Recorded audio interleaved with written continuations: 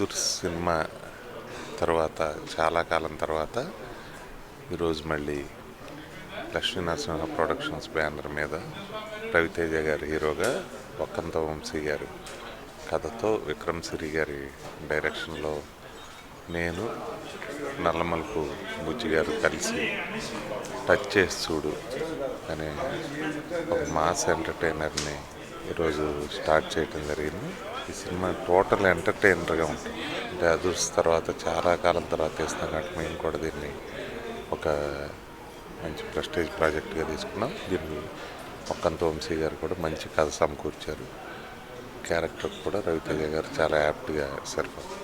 ఇంత వర్క్ చేయడం ఎప్పుడు చాలా బాగుంటుంది. ఆల్రెడీ నేను కిక్ రాశాను, కిక్ 2 రెండు రాశాను. Most energetic hero. ఆ కథ రాసేటప్పుడే ఆయన గుర్తు చేసుకుంటుంటే ఆ సీన్లు డిజైనింగే వేరేగా ఉంటుంది. చాలా హ్యాపీ ఇంత వర్క్ చేయడం. ప్రొడక్షన్ హౌస్ ఇది ఇట్స్ ఆల్మోస్ట్ లైక్ నా సొంత మనుషుల ప్రొడక్షన్ హౌస్ లాగా అనమాట ఇది. ఎందుకంటే బుజ్జన్న నేను లాస్ట్ టైం రేసుగురం పనిచేశాను బుజ్జి గారితో. సో మళ్ళీ చేయటం ఐఎమ్ వెరీ హ్యాపీ. సొంత బ్రదర్తో చేసినట్టే ఫీల్ అవుతుంటాను నేను. తను కూడా నాకు చాలా రోజుల నుంచి చాలా ఏళ్ళ నుంచి తెలుసు. విక్కీ ఇప్పుడు నేను ఎలా అయితే ఫస్ట్ సినిమా చేయడం కోసం ప్రిపేర్ అవుతున్నాను, he's also waiting since very long period. And very creative person.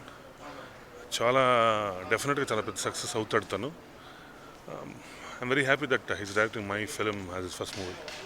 Definitely కథకి రిలేటెడ్గా ఉంటుంది. And very aggressive character Ravi garu as usual. And దానికి apt title it's massy. Lakshmi Narasimha production పేరు మీద టచ్ చేసి చూడు ఈరోజే ప్రొడక్షన్ అండి స్టార్ట్ అయింది. రవితేజ గారితో చాలా సినిమాలు చేశాను. ఈ సినిమాలో కూడా వారి కాంబినేషనే. వీళ్ళ సంస్థలో కూడా ముందు సినిమాలు చేశానండి. మంచి సంస్థ. రవి గారి సినిమాలు తెలుసు మీకు ఎలా ఉంటాయో.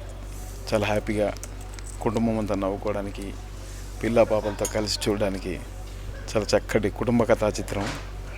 సో అట్లాంటి సినిమాలు చేయడం నాకు కూడా ఈ అవకాశం ఇచ్చిన దర్శక నిర్మాతలందరికీ కృతజ్ఞతలు.